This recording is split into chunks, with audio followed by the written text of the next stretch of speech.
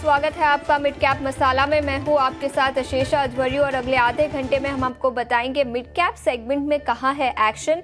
हमारे साथ कुछ दिग्गज मेहमान जुड़ेंगे जो आपको ट्रेडिंग आइडियाज देंगे ही, लेकिन हमारे आखिरी के सेगमेंट में आपके लिए फंडामेंटल ट्रेडिंग आइडिया भी लेकर आएंगे। लेकिन सबसे पहले बाजार पर नजर डालते हैं। दिन के निचले स्तर से रिकवरी तो दिखी है, हालांकि ऊपरी स्तर से भी थोड़ी सी मुनाफा वसूली पिछले एक घंटे में दिखी है। निफ्टी अब करीब 40 अंकों की तेजी के साथ 24,650 के पास। बैंक निफ्टी जहां पर कल आउट परफॉर्मेंस दिखा था, वहां पर आज ट्रेंड रिवर्स होता हुआ नजर आया। निफ्टी बैंक 50 अंकों की गिरावट के साथ 53,519 के आसपास लाल निशान में निफ्टी बैंक कारोबार कर रहा है। इंडिविजुअल स्टॉक्स की बात करें तो ब्रिटानिया 2% की तेजी के साथ निफ्टी का टॉप गेनर।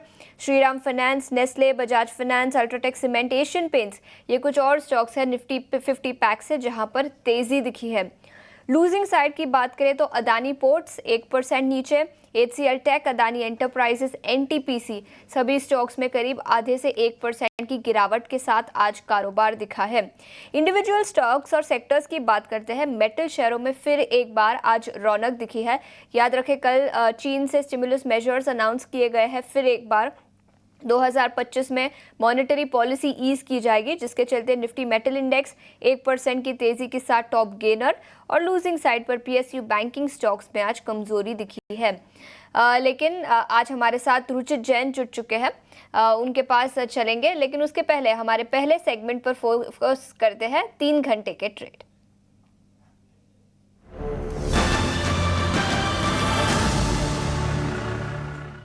रुचित, 3 घंटे बचे हैं, क्या ट्रेडिंग स्ट्रैटेजी होगी आपकी? जी, very good afternoon. Well, markets को और इंडेक्स फ्रंट पे देखिए तो कोई इतना डायरेक्शन मूव हम पिछले 3-4 ट्रेडिंग सेशन से नहीं देख रहे। इनफैक्ट एक नैरो रेंज में रह गया है, और जहां पे 24,750 से लेके 24,800 जो 50% रिट्रेसमेंट लेवल है, वो रेजिस्टेंस अब तक इंटैक्ट है।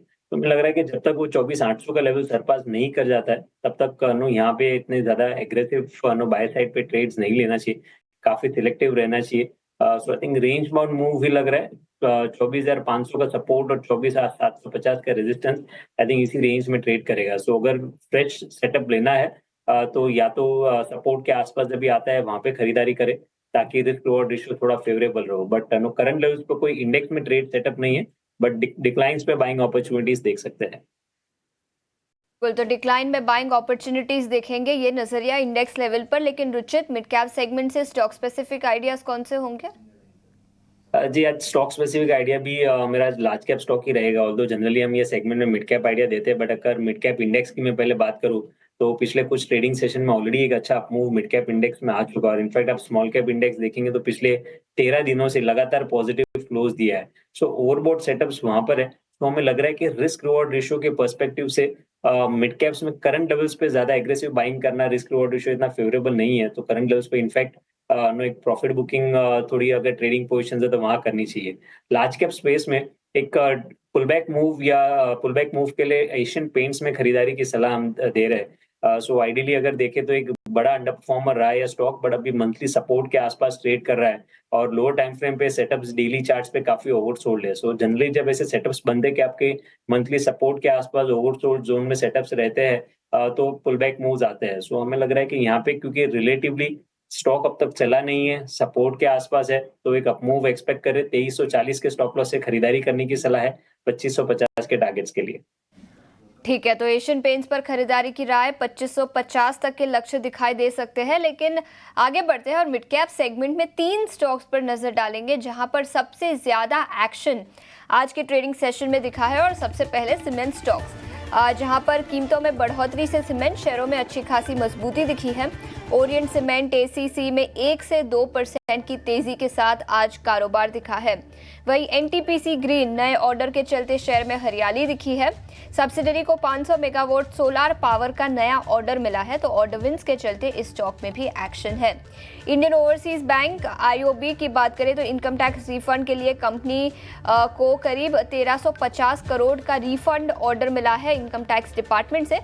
पॉजिटिव खबर जिसके चलते यहाँ पर भी एक्शन है। तो ये 3 स्टॉक्स जहाँ पर मिड कैप सेगमेंट में काफ़ी एक्शन दिखा है, इस पर ही चर्चा कर लेते हैं। रुचित, आपसे पूछना चाहूँगी सीमेंट सेक्टर से कोई स्टॉक जहाँ पर आपको लगता है कि आज की तेज़ी के बाद मोमेंटम कंटिन्यू रहेगा और फ्रेश पोजीशंस लिए जा सकते हैं? With in the cement space, एक तो डालमिया भारत सीमेंट के चार्ट सेक्टर्स पॉजिटिव है। एक अच्छा कंसोलिडेशन ये स्टॉक में हुआ और ये कंसोलिडेशन के ब्रेकआउट के वर्ज पर है। आज इनफैक्ट नो ये सीमेंट की न्यूज के बाद में ज्यादातर सीमेंट स्टॉक्स में वॉल्यूम्स अच्छे हुए, इसके लिए थोड़ा रिलेटिव आउट परफॉर्मेंस वहां पे भी रह सकता है। तो करंट लेवल्स पे सीमेंट स्पेस में अगर कोई खरीदारी करनी है तो डालमिया भारत में 1900 के नीचे स्टॉप लॉस से खरीदारी कर सकते हैं 2030 से 2040 के टारगेट रेंज के लिए। ठीक है, तो ये नजरिया डालमिया भारत पर 2030 से 2040 तक के लक्ष्य यहाँ पर दिखाई दे सकते हैं। लेकिन इसके अलावा पीएसयू बैंकिंग स्टॉक्स की बात करते हैं, यहाँ पर सबसे ज्यादा कमजोरी आज दिखी है। निफ्टी पीएसयू बैंक इंडेक्स 0.3% की गिरावट के साथ कारोबार, और इंडिविजुअल स्टॉक्स की बात करें तो इंडियन बैंक 1.5% नीचे, PNB, bank of India, union bank सभी स्टॉक्स में आधे से 1% की गिरावट है। रुचित, कोई स्टॉक पीएसयू बैंकिंग इंडेक्स से जहां पर आपको लगता है कि इन लेवल्स पर पोजीशंस लिए जा सकते हैं? फ्रेंकली अगर पीएसयू बैंकिंग स्पेस में देखें तो लीडरशिप तो ऑलवेज एसबीआई जैसे लार्ज काउंटर से ही आती है, और एक बार एसबीआई से लीडरशिप आए उसके बाद में हम एक फॉलोअप मूव जनरली दूसरे पीएसयू बैंकिंग स्टॉक्स में देखते हैं। चार्ट सेक्टर्स वाइज भी सबसे strong no within the PSU banking basket SBI ही है। तो इन केस कोई अपमूव आता है एक बार एसबीआई के थ्रू, उसके बाद हमें लगता है कि मिड कैप मिड्स या स्मॉल साइज पीएसयू बैंक्स में एंट्री के बारे में सोचना चाहिए। तो फिलहाल तो अगर एंट्री लेनी है तो स्टेट बैंक ऑफ इंडिया में पोजिशनल पर्सपेक्टिव से बाइंग कर सकते हैं, और एक बार एसबीआई में 880 के हडल के लेवल क्रॉस हो जाते हैं और एक अच्छा अपमूव ओवरऑल ट्रेंडेड अपमूव हमें दिखता है, तो फिर हम मिड और स्मॉल कैप पीएसयू बैंक में हम नो शॉर्ट टू मीडियम टर्म के पर्सपेक्टिव से बाद में खरीदारी कर सकते हैं। बिल्कुल, तो ये नजरिया एसबीआई और पीएसयू बैंकिंग स्टॉक्स पर। लेकिन इसके अलावा खबरों के दम पर मिड कैप में कहाँ है एक्शन, ये बताने के लिए अब हमारे साथ रविंदर जुड़ चुके हैं। रविंदर, गुड आफ्टरनून, बताएं कौन से स्टॉक्स में एक्शन दिखा है? जी गुड आफ्टरनून आशीषा। तो खबरों वाली शेयर्स की बात तो करेंगे, लेकिन सबसे पहले हम बात करते हैं मिड कैप इंडेक्स की, जहाँ पर मिड कैप इंडेक्स में जो हमें 0.2% की तेज़ी देखने को मिल रही है। और ये जो बाइंग है मिड कैप इंडेक्स में लगातार 14 सेशन से हमें बाइंग देखने को मिल रही है। वहीं स्मॉल कैप इंडेक्स ने भी जो है अपना ऑल टाइम हाई टच किया है। अब बात करते हैं खबरों वाली शेयर्स की। तो खबरों वाली शेयर्स में जो हमारा पहला शेयर्स है वो BEML, जहाँ पर कंपनी को जो है मिनिस्ट्री ऑफ डिफेंस से हाई मोबिलिटी व्हीकल 8x8 के लिए जो है 136 करोड़ का ऑर्डर मिला है, जिसके चलते हमें जो है शेयर्स में आज 3% से ज़्यादा की तेज़ी देखने को मिल रही है। अगला जो स्टॉक है हुडको, जहाँ पर कंपनी ने जो है एक MOU साइन किया है दिल्ली डेवलपमेंट अथॉरिटी के साथ कैपेसिटी बिल्डिंग प्रोग्राम के लिए। हालांकि शेयर्स में जो है कुछ तेज़ी देखने को नहीं मिल रही खास। अब बात करते हैं मिड कैप गेनर्स की। तो मिड कैप गेनर्स में जो है सबसे पहला स्टॉक्स है RVNL, जहाँ पे हमें 3% की तेज़ी देखने को मिल रही है, और आज रेलवे स्टॉक्स में भी जो है हमें अच्छी बाइंग देखने को मिल रही है। इसी के साथ साथ मैरिको में भी हमें 3% की तेज़ी देखने को मिल रही है, और हिंदुस्तान जिंक और केमिन्स इंडिया, इन स्टॉक्स में हमें जो है बाइंग देखने को मिल रही है। अब बात करते हैं मिड कैप लूजर्स की। तो मिड कैप लूजर्स में जो पहला नाम है Max Financial Services, Nykaa, Paytm, Indian Bank, इन स्टॉक्स में हमें जो है सेलिंग देखने को मिल रही है। कई सारे स्टॉक्स मिड कैप सेगमेंट से जहां पर एक्शन दिखा है और खबरों के दम पर भी फोकस में है। रविंदर, शुक्रिया पूरी डिटेल्स के साथ हमारे साथ जुड़ने के लिए। और इसी में से BEML स्टॉक पर रुचित की राय लेंगे। 3.5% की तेजी के साथ कारोबार, जहां पर कंपनी को करीब 140 करोड़ के नए ऑर्डर्स मिले हैं मिनिस्ट्री ऑफ डिफेंस से। BEML स्टॉक पर रुचित क्या राय होगी? 3.5% की तेजी आज दिखी है। ओवरऑल सक्सेस काफी स्ट्रॉन्ग है BEML के। हमने रिसेंटली ज्यादातर ही डिफेंस स्टॉक्स में एक अच्छे करेक्टिव फेजेस पिछले 2-3-4 महीने में देखे हैं, बट कहीं ना कहीं अच्छा सपोर्ट बेस अपने 200 दिन के मूविंग एवरेज के आसपास BEML ने बना किया। वो मोमेंटम स्लो एंड ग्रेजुअल नो अपमूव का रिजम्पशन वहाँ पे हो रहा है। सो खरीदारी कर सकते हैं, बट एक ग्रेजुअल अप बाइंग की सलाह रहेगी कि करंट लेवल्स पे आप खरीदारी पूरी 100% ना करें, और इनकेस कोई नियर यहाँ पे कुछ क्वांटिटी खरीदारी करके आपको अगर नियर फ्यूचर में कुछ डिप मिलते हैं तो डिप में आप और ऐड करने की जगह रखें। तो अगर पोजिशनल बेसिस के पर्सपेक्टिव से देख रहे हैं तो वो सर्टनली ट्रेंड तो काफी अच्छा नजर आ रहा है। पार्शियल बाइंग यहाँ पे करके डिप्स पे और ऐड करें। बिल्कुल, तो ये नजरिया BEML पर 2.5% की तेजी ऑर्डर विंस के दम पर यहाँ पर दिखी है। लेकिन इसके अलावा न्यू एज टेक कंपनीज की बात करते हैं।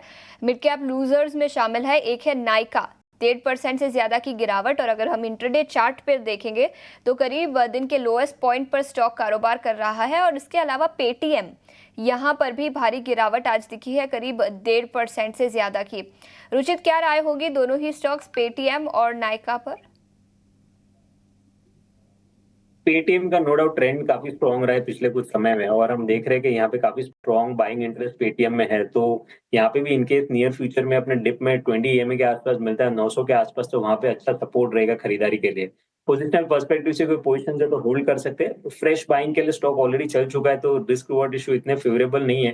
बट 900 के आसपास के डिप आता है तो वहाँ पे फिर से फ्रेश बाइंग के लिए रिव्यू ये स्टॉक को कर सकते हैं।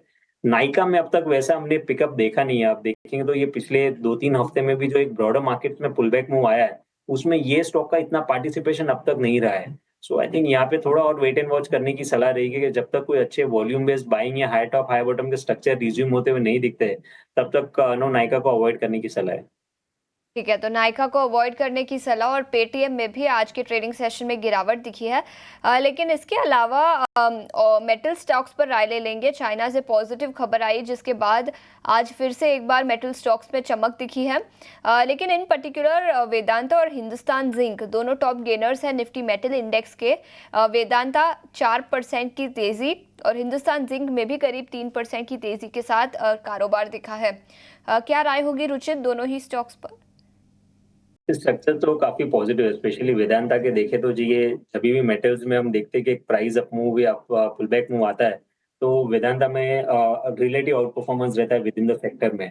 और अभी भी अपने 52 वीक हाइस के आसपास है। पिछली बार ये स्टॉक ने सितंबर महीने में ये रीसेंट करेक्शन के पहले 524 का हाई बनाया था, जिसके आसपास अभी ये स्टॉक ट्रेड कर रहा है। सो क्लियर नो sector within the sector ये एक स्ट्रेंथ हमें वेदांता में दिखने मिल रही है। इसीलिए यहाँ पे एक आउट परफॉर्मेंस आने वाले समय में कंटिन्यू रह सकता है। 480-500 फिलहाल इमीडिएट एक अच्छा सपोर्ट रेंज ये स्टॉक के लिए देखा जाएगा। ठीक है, तो ये नजरिया वेदांता पर। इसके अलावा हिंदुस्तान जिंक में भी अच्छी तेजी दिखी है। वायदा बाजार से कुछ और स्टॉक स्पेसिफिक आइडियाज लेकर आते हैं हमारे अगले सेगमेंट में, ऑप्शंस के चैंपियन।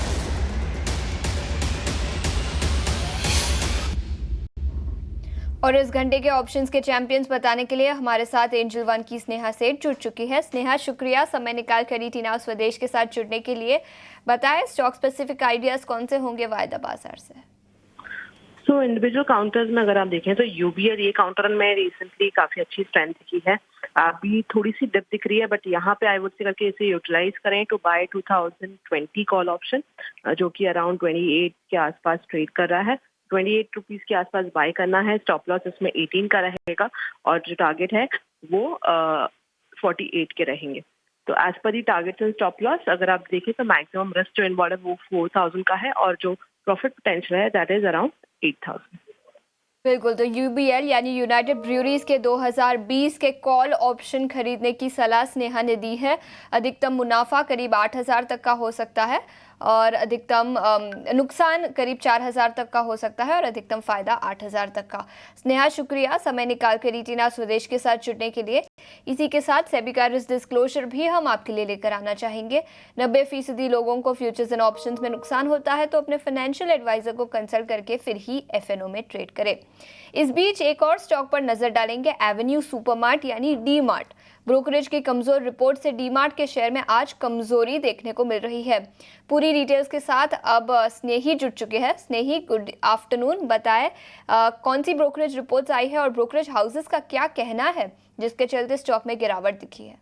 जी बिल्कुल, तो दो ब्रोकरेज नोट्स है। आज जो आई है वो गोल्डमैन सैक्स के द्वारा एक ब्रोकरेज नोट आई है और कुछ दिन पहले कोटक इक्विटीज़ के द्वारा एक ब्रोकरेज नोट आई थी। ब्रोकरेज नोट्स के बारे में अगर हम डिटेल में जाए उसके पहले बात करते हैं बुल और बेयर केस की डीमार्ट के बारे में। जब हम डीमार्ट के बारे में बात करते हैं तो ब्रोकरेजेस का ज़्यादातर ये कहना है कि क्विक कॉमर्स कंपनीज जो है उन्होंने भी अपनी प्राइसिंग स्ट्रैटेजीज़ को बहुत डोमिनेंट बना लिया है और इसी के चलते मूल रूप से डीमार्ट जो कि बहुत सालों से लंबे दर्जे से एक वैल्यू प्लेयर है, उसके वॉल्यूम्स पर अब थ्रेटनिंग कुछ मुश्किल दिखाई से दे सकती है। वो कहते हैं कि डीमार्ट ने अपने प्राइसिंग डिस्काउंट्स भी बढ़ा लिए हैं क्विक कॉमर्स के साथ compete करने में, और अगर दिसंबर के महीने में ही देखें तो करीब 25% MRP का डिस्काउंट डीमार्ट ऑलरेडी देने लगा है ताकि वो क्विक कॉमर्स कंपनीज के खिलाफ कंपेटिटिव रह सके। और ब्रोकरेज का ये भी कहना है कि कोई कंपेटिटिव एडवांटेज नहीं है डीमार्ट का फ्रेश फ्रूट के कैटेगरीज में अगर हम अर्बन एरियाज़ में देखें तो। और जो मार्केट डीमार्ट एड्रेस करता है वो सिर्फ 1/5 साइज़ है इंडिया के टोटल $500 मिलियन के जो मार्केट इंडिया का साइज़ है उसमें से डीमार्ट का हिस्सा सिर्फ 17% है। और वो कहता है कि क्विक कॉमर्स जो है वो इंडिया के टॉप 10 देशों में बहुत तेज़ी से एक्सपांड हो रहा है, जबकि डीमार्ट का मूल रूप से ग्रोथ इन 10 शहरों से बाहर है। तो ये कुछ प्रॉब्लम्स है जो ब्रोकरेजेस फ्लैग कर रहे हैं। कोटक इंस्टीट्यूशनल इक्विटीज़ ने अपना सेल रेटिंग रिटेन किया है। 3,450 रुपीज़ का टारगेट प्राइस है, पहले 3,650 था, अब 200 रुपये से ये टारगेट प्राइस घटा चुके हैं। गोल्डमैन सैक्स ने भी अपना सेल रेटिंग मेंटेन किया है और उन्होंने भी अपना टारगेट कट किया है। 4,000 रुपये था पहले प्रति शेयर, अब वो आ चुका है 3,425 रुपीज़ पर। एक सिटी के द्वारा भी नोट आया है आज सुबह जिसमें उन्होंने एवेन्यू सुपरमार्ट का जिक्र किया है और वो कहते हैं कि ये सिटी का one of the top sales है जब पूरे कंजम्पशन बास्केट के बारे में बात करें। अब ये तो बेयर केस हो गया, कुछ अच्छी बात भी करते हैं, बुल केस के बारे में बात करते हैं डीमार्ट के बारे में। उनकी सितंबर की कमेंट्री के हिसाब से अगर देखें तो वो कहते हैं कि क्विक कॉमर्स से उनका खतरा सिर्फ 1 या 2% का है मुंबई के शहर में, और वो कहते हैं कि उनका फोकस ग्रोथ पर होने वाला है, ना कि ज़्यादा जल्दी डिलीवरी देने का। तो ये उनकी ग्रोथ स्ट्रैटेजी है, ये उनका फोकस है। और एनालिस्ट का भी मानना ये है कि क्विक कॉमर्स के कंपटीशन के दर पर एवेन्यू सुपरमार्ट के वैल्यूएशन थोड़े से नीचे आ गए हैं और अब वो स्टॉक एक अट्रैक्टिव बाय है अगर उनके अर्निंग्स जैसे है कंटिन्यू हो और उसमें कोई शार्प कट ना दिखे। तो अगर अर्निंग्स जैसे है कंटिन्यू रहेंगे, शार्प कट नहीं आएगा, तो वैल्यूएशंस को ये स्टॉक एनालिस्ट को ये स्टॉक का वैल्यूएशन बहुत अट्रैक्टिव लग रहा है। तो ये था डीमार्ट का बेयर वर्सेस बुल केस और 3 ब्रोकरेज नोट्स जो आज सुबह आए। बिल्कुल, तो कई सारी ब्रोकरेज रिपोर्ट्स और कंपटीशन बढ़ती हुई नजर आ रही है जिसके चलते रिपोर्ट्स आई है। स्नेही, शुक्रिया पूरी डिटेल्स के साथ हमारे साथ जुड़ने के लिए। डीमार्ट के स्टॉक पर ही एक नजरिया ले लेते हैं। रुचित, क्या राय होगी आपकी? हालांकि दिन के निचले स्तर से थोड़ी सी रिकवरी यहां पर दिखी है, लेकिन फिर भी 3% की गिरावट के साथ 3,700 के आसपास स्टॉक। नियर टर्म का नजरिया क्या होगा डीमार्ट पर?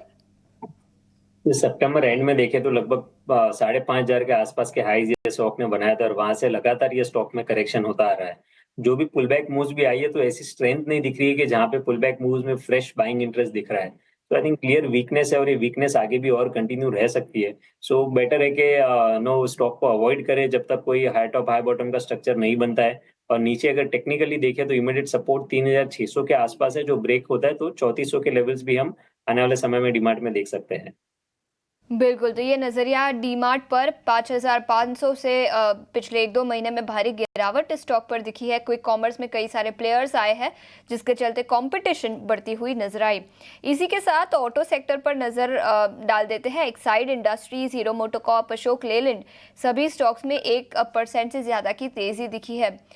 रुचित, क्या राय होगी एक्साइड इंडस्ट्रीज और हीरो मोटोकॉर्प पर? कंपैरेटिवली एक्साइड के चार्ट ज्यादा अच्छे दिख रहे हैं यहाँ पे। अगर हम देखें तो रिसेंट पुल बैक मूव में ग्रेजुअली वॉल्यूम्स भी बढ़े हैं और पिछले 4-5 ट्रेडिंग सेशन से ये स्टॉक अपने 89 EMA के आसपास हर्डल ले रहा था, जो अभी ब्रेकआउट आ रहा है। सो आई थिंक एक्साइड में अगर ट्रेडिंग पोजीशंस बनानी है तो यहाँ पे खरीदारी कर सकते हैं। 455 के नीचे स्टॉप लॉस रखे और आने वाले समय में 495, 500 के अराउंड के टारगेट से स्टॉक में आ सकता है। ठीक है, और मिड कैप गेनर्स के सेगमेंट से कुछ स्टॉक्स की बात करें तो कमिंस इंडिया में अच्छी खासी तेजी आज दिखी है। क्या राय होगी इस कैपिटल गुड्स स्टॉक पर?